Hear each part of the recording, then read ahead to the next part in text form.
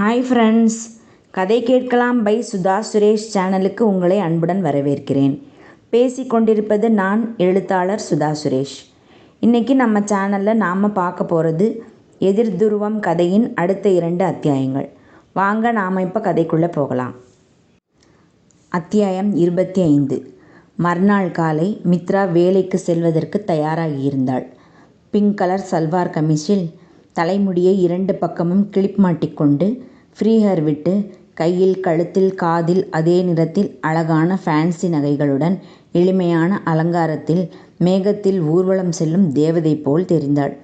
அவளை பார்த்த நந்தன் கண் இமைக்கக்கூட மறந்து போய் அவளுடைய அழகை அப்படியே மெய்மறந்து பார்த்து ரசித்தான் சிறிது நேரம். வாவ்! அவனையும் அறியாமல் அவனுடைய வாய் முணுமுணுத்தது. சும்மா சொல்லக்கூடாது, சூப்பர் ஃபிகர் தான் இந்த மித்ரா. எந்த ட்ரெஸ் போட்டாலும் அவள் அழகு தான். சாதாரணமாக புடவை கட்டினாலும் சரி, இவ்வளோ நாள் இந்த கிராமத்து ஸ்டைலில் கட்டியிருந்தப்பையும் சரி, இந்த மாதிரி சல்வார் கமீஸ் எல்லாம் போட்டாலும் சரி, எல்லாமே அவளுக்கு கரெக்டாக பொருந்தி வருது. அவளோட அந்த லுக்கு, அந்த ஸ்டைலு, அவளோட அந்த சிரிப்பு, அவள் திரும்பி பார்க்குற அந்த அழகு, என் பொண்டாட்டியை மிஞ்ச இந்த உலகத்தில் ஆளே கிடையாது. பா, செம! அப்படியே கண்களை மூடி அந்த சந்தோஷத்தை அணுவாய் ரசித்து கொண்டிருந்தான் நந்தன். திடீரென அவனுடைய மனசாட்சி அந்த சந்தோஷத்தை முழுதாக அனுபவிக்க விடாமல் அவனை தட்டி எழுப்பியது. என்ன இப்போ என்ன சொன்ன? பொண்டாட்டியா? என்னமோ ரொம்பத்தான் உரிமை இருக்கிற மாதிரி கொஞ்சம் கூட கூச்சமே இல்லாமல் அவளை உன் பொண்டாட்டின்னு சொல்கிற. அவளை கட்டிக்கிட்ட நாளில் இருந்து அவகிட்ட நீ எனக்கு வேணாம், நீ எனக்கு பொண்டாட்டியே இல்லை, என் அம்மாவுக்காக மட்டும்தான் உன்னை நான் கல்யாணம் பண்ணேன், மற்றபடி நீ யாரோ நான் யாரோ அப்படின்னு தானே சொல்லிகிட்டு இருந்த. அவள் ஒன்றும் எப்போவும் அங்கேயே இருக்க போகிறது கிடையாது. இன்னும் கொஞ்ச நாளில் நீ அவளை டைவர்ஸ் பண்ண போகிற. அப்புறம் அவள் இந்த வீட்டை விட்டு போக போகிறா. இதெல்லாம் உனக்கு ஞாபகம் இருக்குல்ல? என்னமோ அவள் கூட குடும்பம் நடத்திட்டு இருக்கிற மாதிரி பெருமையாக என் பொண்டாட்டின்னு பீத்திக்கிற. என்ன விஷயம்? உன் மனசில் என்ன நினச்சிட்ருக்க? நந்தன் திடுக்கிட்டு சுற்றிலும் பார்த்தான். ஐயோ, யாரையுமே காணோமே. என் மனசாட்சி தான் எனக்கு கேள்வி கேட்குதா? ஆனால் சரியாக தானே கேட்குது. அவள் எப்போவும் என் கூடவே இருக்க போகிறதில்லையே. எனக்கு இது புரியுது தான். ஆனால் கொஞ்ச நாளாக நான் ஏன் இப்படி நினைக்கிறேன்? கொஞ்சம் கொஞ்சமாக மித்ரா என் மனசுக்குள்ளே நுழைஞ்சிக்கிட்டே இருக்காளா? அவகிட்ட நான் தோற்று போயிட்டேனா? ஆனால் அதனால் என்ன? அவள் என் மனைவி தானே. அவகிட்ட என்னோடய தோல்வியை ஒத்துக்கிறதுல என்ன தப்பு இருக்குது? அவளை ஏற்றுக்கிட்டாதான் என்ன? 2 பேரும் சேர்ந்து வாழ்ந்தாதான் என்ன? சிறிது நேரம் யோசித்தான். ஆனால் அதுக்கு அந்த அடங்கப்பிடாரி ஒத்துப்பாளா? நானா அவகிட்ட வழியை போய் என் தோல்வியை ஒத்துக்கிட்டு என்னை ஏற்றுக்கோன்னு கேட்கணுமா? அது எனக்கு எவ்வளோ பெரிய அவமானம்.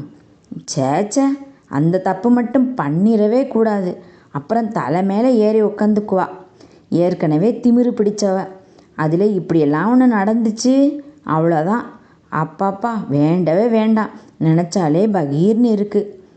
அவளோட ஒன்றா சேர்றதுன்றது இந்த ஜென்மத்தில் நடக்காது. எனக்கு அவள் வேணாம்.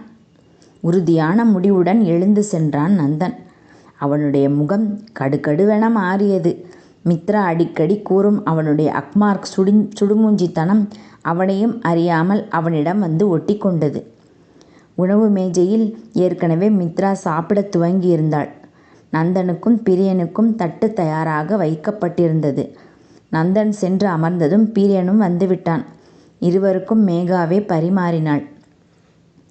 வழக்கமாக வியாழக்கிழமை என்றால் காலை டிஃபனுக்கு இடியாப்பமும் தேங்காய்பாலும் செய்திருப்பாள் மித்ரா. அத்துடன் தோசையும் சட்னியும் கூட இருக்கும். நந்தனுக்கு இடியாப்பம் என்றால் மிகவும் பிடிக்கும். 4 இடியாப்பமும் அதில் நிறைய தேங்காய்பால் ஊற்றி அதில் சர்க்கரையும் போட்டு ரசித்து சாப்பிடுவான். அது போதாதென்று இடியாப்பத்தை முடித்துவிட்டு ஒரு தோசை நன்றாக முறுவலாக மித்ரா சுட்டு கொடுப்பாள். தோசையை பார்த்தாலே அவனுக்கு நாக்கு ஊறும். அதற்கு தொட்டுக்கொள்ள சட்னியோ இல்லை இட்லி மிளகாய் பொடியுடன் எண்ணெய் கலந்து வைத்திருப்பாள்.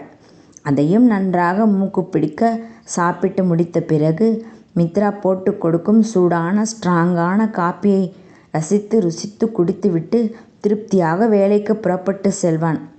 பசியுடன் ஆர்வமாக தட்டின் முன்பு அமர்ந்து இடியாப்பத்தை எதிர்பார்த்த நந்தனுக்கு தட்டில் வந்ததோ இட்லியும் தேங்காய் சட்னியும்.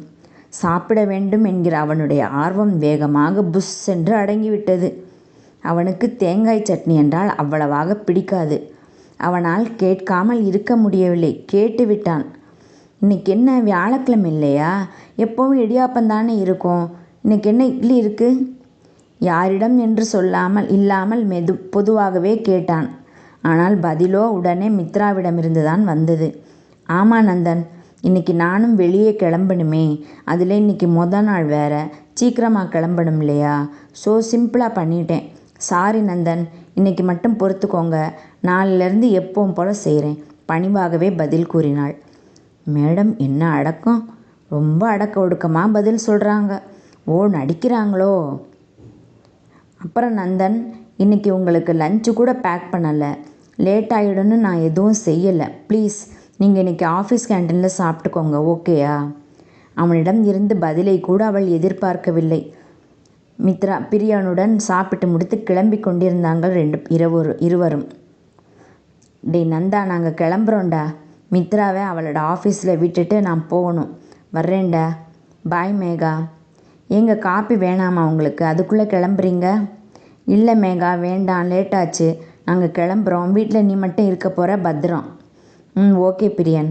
மித்ரா அவசரமாய் தன் அறைக்கு சென்று ஹேண்ட்பேக்கை எடுத்து தோளில் மாட்டிக்கொண்டு கிளம்பினாள். வாமா மித்ரா, கிளம்பலாமா? கிளம்பலாண்ணா, நான் ரெடி. என்னங்க, நான் வர்றேன். ஏய் மேகா, இவருக்கு கொஞ்சம் காப்பி மட்டும் கலந்து கொடுத்துருடி. சாப்பிட்டுட்டு காப்பி கொடுக்கலன்னா இவருக்கு பிடிக்காது. சரிடி, நான் பார்த்துக்கிறேன், நீ போயிட்டு வா. பாய்டி. ரொம்பத்தான் அக்கறை. மனதில் நினைத்தவாறு கோபமாக 2 இட்லிகளை விழுங்க முடியாமல் விழுங்கிவிட்டு எழுந்தான் நந்தன். கை கழுவி விட்டு வந்ததும் அவன் முன் காப்பி கோப்பையை நீட்டினாள் மேகா. இன்னைக்கு வயிறு நிறையவே இல்லை, காப்பியாவது ஒழுங்கா குடிப்போம் என்று நினைத்து கொண்டே ஆசையுடன் கையில் வாங்கினான் நந்தன். காப்பியை கோப்பையில் பார்க்கும் போதே அவனுக்கு கொஞ்சம் பயம் வந்தது. காப்பி எப்படி இருக்கப் போகிறதோ என்று. மித்ரா போடும் காப்பி கையில் வாங்கும் போதே அவ்வளவு மணமாக இருக்கும். ஆவி பறக்க, மேலாக நுரை ததும்ப, பார்த்தாலே குடிக்க ஆசை பிறக்கும். ஆனால் இப்போது அவன் கையில் வாங்கின காப்பியில் நுரை ததும்பவும் இல்லை, ஆவி பறக்கவும் இல்லை. முதல் நாள் போட்ட காப்பியை போன்று ஆறிப்போய் இருந்தது. மேகாவிடம் வேண்டாம் என்றும் மறுக்க முடியவில்லை அவனால். அதை பயத்துடன் கையில் வாங்கி ஒரே மடக்கில் வேகமாக ஒரே மூச்சில் குடித்து முடித்தான். காப்பி எப்படி இருந்தது நந்தன்? இனிப்பெல்லாம் கரெக்டாக இருந்ததா? அவன் வாயை திறந்து பதில் சொல்லாமல் நல்லா இருந்தது என்பது போல் தலையை மட்டும் ஆட்டி வைத்தான். வேகமாக தன் அறைக்கு ஓடினான். அந்த ஆறிப்போயிருந்த காப்பியை குடித்தது அவனுக்கு தொண்டைக்கு எப்படியோ குமட்டி கொண்டு வந்தது. ரெஸ்ட் ரூம் சென்று கதவை தாளிட்டு கொண்டான். சிறிது நேரம் கழித்து வெளியே வந்தவனுக்கு மிகவும் ஆயாசமாக இருக்கவே சோர்வுடன் கட்டிலில் அமர்ந்து கொண்டான். நாளே இப்படின்னா இன்னும் டெய்லி எப்படி இருக்க போகுதோ? இப்படி ஒரு பிரேக்ஃபாஸ்ட் சாப்பிட்டு என்னால் எப்படி ஆஃபீஸில் ஒழுங்காக இருக்க முடியும்? பசிக்காதா? அவனுக்கு மனதில் பயமும் பதட்டமும் ஒன்று சேர்ந்து கொண்டு இதயம் படக் படக்கென்று அடித்து கொண்டது. அத்தியாயம் 26. அன்று மாலை நந்தன் அலுவலகத்தில் இருந்து வீட்டிற்கு வரும்போது மணி 7 இருந்தது. வரும்போதே அவன் மனம் முழுவதும் இரவு டின்னர் நினைப்பிலேயே இருந்தது. எப்படியும் நைட் டின்னர் மித்ரா தானே குக் பண்ணுவா, அதனால் நைட்டுக்கு பிரச்சனை இருக்காது. இந்த ஒரு நேரமாச்சும் ஒழுங்காக சாப்பிடணும். காலையிலேருந்து அரையும் குறையுமா சாப்பிட்டு வயிறு பசிக்கிற மாதிரியே இருக்கு என்று மனதிற்குள் நினைத்து கொண்டே வந்தான். நினைக்க நினைக்க மனம் நிம்மதியாக இருந்தது அவனுக்கு. காலையிலிருந்து வடிந்திருந்த உற்சாகம் இப்போது தொற்றிக்கொண்டது அவனுக்குள். சிறுவயதிலிருந்தே நந்தன் இப்படித்தான். சாப்பாடு விஷயத்தில் மட்டும் மிகவும் சரியாக இருப்பான். அதற்கு காரணம் அவனுடைய அம்மா காவேரி தான். எது எப்படி இருந்தாலும் வயிற்றுக்கு மட்டும் வஞ்சனை செய்யக்கூடாது என்று அடிக்கடி கூறுவார். அவனையும் அப்படியே பழக்கி விட்டிருந்தார். ஊரில் தன் வீட்டில் இருக்கும் வரை நன்றாக வகை வகையாக செய்து கொடுப்பார் காவேரி. பிறகு அங்கிருந்து சிங்கப்பூர் வந்த பிறகு ஹோட்டல் சாப்பாடு பிடிக்காமல் முதலில் மிகவும் சிரமப்பட்டான். இதற்காகவே வேலையை விட்டு மீண்டும் தன் ஊருக்கே சென்று விடலாமா என்று கூட யோசித்தான். ஆனால் அலுவலகத்தில் அவனுடைய பதவி பதவி உயர்வில் தான் மாற்றலாகி இங்கு வந்திருந்தான் நந்தன். அந்த உயர் பதவியும் சரி, அவனுடைய இந்த அலுவலகமும் சரி, அங்கு வேலை பார்க்கும் அவனுடைய டீம்மேட்ஸும் ஆகட்டும், அவனுடைய இந்த ப்ராஜெக்டும் ஆகட்டும், எல்லாமே அவனுக்கு இங்கு மிகவும் பிடித்திருந்தது. அதனால் அதனை விட்டு செல்லவும் மனம் வராமல் நிறைய நாட்கள் கஷ்டப்பட்டு பிறகுதான் ஒரு வழியாக அவனுக்கு கொஞ்சம் கொஞ்சமாக வெளி உணவு பழகி போனது. திருமணம் முடிந்து மித்ரா வந்த பிறகு அவளுடைய கைப்பக்குவம் அவளுடைய அம்மாவை விட அவ்வளவு நன்றாக இருந்தது என்பது நந்தனின் கருத்து. அவளுடைய சமையலில் அவன் முதலில் சாப்பிட்டதே வெஜ் புலாவ் தான். அது அத்தனை ருசியாக அவனுடைய அம்மாவின் கைப்பக்குவத்தையே மிஞ்சிவிடும் அளவுக்கு இருந்ததில் அவனுக்கு ஏகப்பட்ட சந்தோஷம். சண்டைகள் 1000 போட்டாலும் அவளுடைய சமையலுக்கு மட்டும் அவன் அடிமையாகித்தான் போயிருந்தான். அது அவனுக்கும் தெரிந்தே இருந்தது. ஆனால் எதிர்பாராமல் இப்படி ஒரு பிரச்சனை வரும், அவள் செய்யும் சமையலை நினைத்து ஏங்க வேண்டி வரும், இப்படி பட்டினி கிடக்க நேரிடும் என்றெல்லாம் அவன் கனவிலும் எதிர்பார்த்ததில்லை. பாவம், ஒரே நாளில் மிகவும் வாடித்தான் போய்விட்டான் நந்தன். வீட்டினில் நுழையும் போதே அவனுடைய கண்கள் மித்ராவைத்தான் தேடியது. அங்கு முன்புறம் எங்கும் காணாமல் போகவே, சரி ஒருவேளை அறைக்குள் இருப்பாளோ என்கிற எண்ணத்தில் சென்றான். ஆனால் அங்கும் அவளை காணாமல் அறை வெறிச்சோடி கிடந்தது.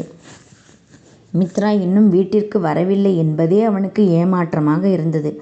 சோர்வுடன் முகம் கழுவி விடை மாற்றிக்கொண்டு முன்னால் வந்தான். இவனை பார்த்ததும் மேகா அருகில் வந்தாள். நந்தன் உங்களுக்கு காப்பி கொண்டாரவா என்று கேட்டாள். நந்தனுக்கு உடனே காலையில் குடித்த அந்த ஆறிப்போன காப்பி தான் நினைவில் வந்தது. பதறி போனான். ஐயோ, காப்பியா? வேணாம் வேணாம். ஏன் நந்தன் இப்படி பதறீங்க? காப்பி வேணான்னா டீ வேணா போட்டு கொடுக்கட்டுமா? இல்லை மேகா, எனக்கு இப்போ எதுவும் வேண்டாம்.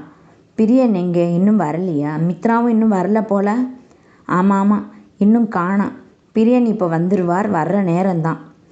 அவள் கூறி முடிப்பதற்குள் பிரியனின் குரல் கேட்டது. உள்ளே நுழைந்து கொண்டிருந்தான். இதோ நான் வந்துட்டேனே. நீ எப்படா வந்த நந்தா? இப்போ தாண்டா வந்தேன். மித்ரா எங்கே? உன் கூட வரலையா?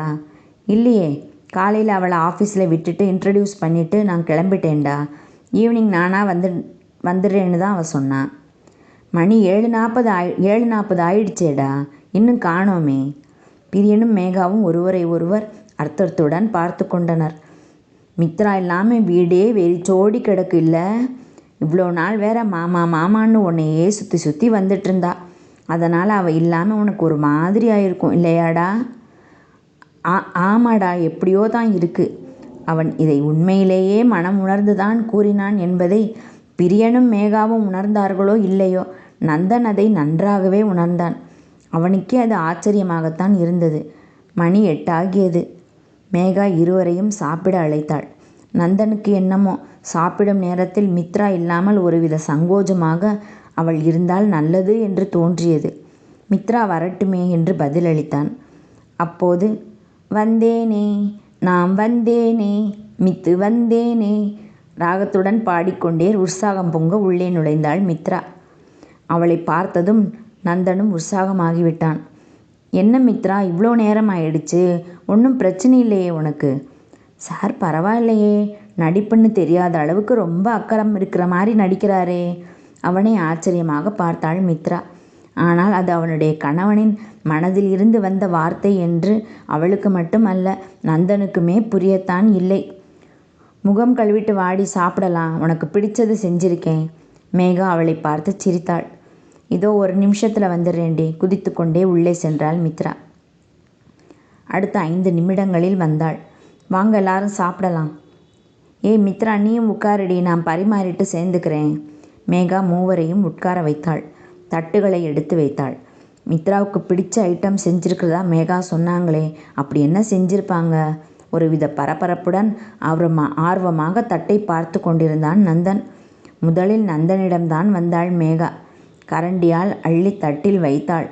ஏதோ புலாவோ பொங்கலோ தட்டில் வரப்போகிறது என்று நினைத்தவனுக்கு மிகவும் ஏமாற்றமாகி போனது. கரண்டியில் இருந்து சொத்தொன்று ஏதோ விழுந்தது. அதிர்ந்து போய் பார்த்தான் நந்தன் அது என்னவென்று. அவனுக்கு அது என்னவென்று கூட தெரியாமல் குழப்பத்துடன் அழாத குறையாக பார்த்து கொண்டிருக்கும் போதே, ஹை உப்புமா, எனக்கு ரொம்ப பிடிக்கும், தேங்க்ஸ் டி மேகா என்று கத்தினாள் மித்ரா. என்னது உப்புமாவா? கல்லாக கிடந்ததை கையில் எடுத்து அப்படியும் இப்படியும் திருப்பி திருப்பி பார்த்தான் நந்தன். இதை இவளுக்கு ரொம்ப பிடிக்குன்னு வேற சொல்கிறாளே, எப்படி மனுஷன் சாப்பிடுவான் இதை? அழாத குறையாக மித்ராவையும் பிரியனையும் பார்த்தான். அவர்களோ சாப்பிடுவதில் மும்முரமாக இருந்தனர். ஏய், சாம்பார் ஊத்துடி. எனக்கும் சாம்பார் போடு மேகா, நல்லா நிறைய ஊற்று நடுவில், ஆசையாக கேட்டு வாங்கி கொண்டிருந்தனர். நந்தன், இந்தாங்க உங்களுக்கு சாம்பார் போடட்டுமா? இது என்ன கேள்வி மேகா, அவனுக்கும் போடு, வெயிட் பண்ணுறான் பாரு. டேய், என்னங்கடா இது, என்னங்கடா நடக்குதுங்க? இந்த உப்புமா உங்கள் 2 பேருக்கு நிஜமாவே பிடிச்சிருக்காடா? ஆஹோ ஓஹோன்னு ரசித்து சாப்பிட்றீங்க. உங்களுக்கே இதெல்லாம் கொஞ்சம் ஓவராக தெரியலை? மனதிற்குள் புலம்பிக் கொண்டே சாப்பிட்டேன் பேர்வழி என்று ஏதோ சாப்பிட்டு முடித்துவிட்டு எழுந்தான். டேய், அதுக்குள்ளேயுமா சாப்பிட்டு முடிச்சிட்டேன்? இருடா உட்காரு, நான் உன்கிட்ட ஒரு முக்கியமான விஷயம் பேசணும். கை கழுவி கொண்டு மீண்டும் வந்து அமர்ந்தான் நந்தன். என்னடா சொல்லு. புது பிரான்ச் ஓப்பன் பண்ணுறது சம்மந்தமாக புதுசாக ஒரு கிளையண்ட் கிட்ட பேசியிருக்கேன். அநேகமாக டெய்லி அவங்க கூட மீட்டிங் இருக்குண்டா. எனக்கு மீட்டிங் நடக்க போகிற இடம் இங்கேருந்து ரொம்ப தூரமாக இருக்கிறதுனால நானும் மேகாவும் ஒரு 2-3 வீக்ஸ் அங்கேயே பக்கத்தில் ஒரு ஹோட்டலில் ஸ்டே பண்ணலான்னு இருக்கோண்டா. ஏன்னா டெய்லி இங்கேருந்து அவ்வளோ தூரம் போக முடியாது. ஸோ நாங்கள் 2 பேரும் நாளைக்கு காலையில் கிளம்பிடுவோம். மேகாவை ஹோட்டலில் விட்டுட்டு நான் மீட்டிங் போயிடுவேன். அப்பப்போ உனக்கு ஃபோன் பண்ணுறேன்டா, சரியா? இதை கேட்டு நந்தனுக்கு ஒரு பக்கம் மனம் நிம்மதி அடைந்தது போல் இருந்தது. என்ன ஃப்ரெண்ட்ஸ், இந்த பகுதி உங்களுக்கு பிடிச்சிருந்தா லைக் பண்ணுங்கள், கமெண்ட் பண்ணுங்கள், ஷேர் பண்ணுங்கள், மறக்காமல் சப்ஸ்கிரைப் பண்ணுங்கள். நான் அடுத்த 2 அத்தியாயங்களோட சீக்கிரமாக உங்களை சந்திக்கிறேன். பாய்.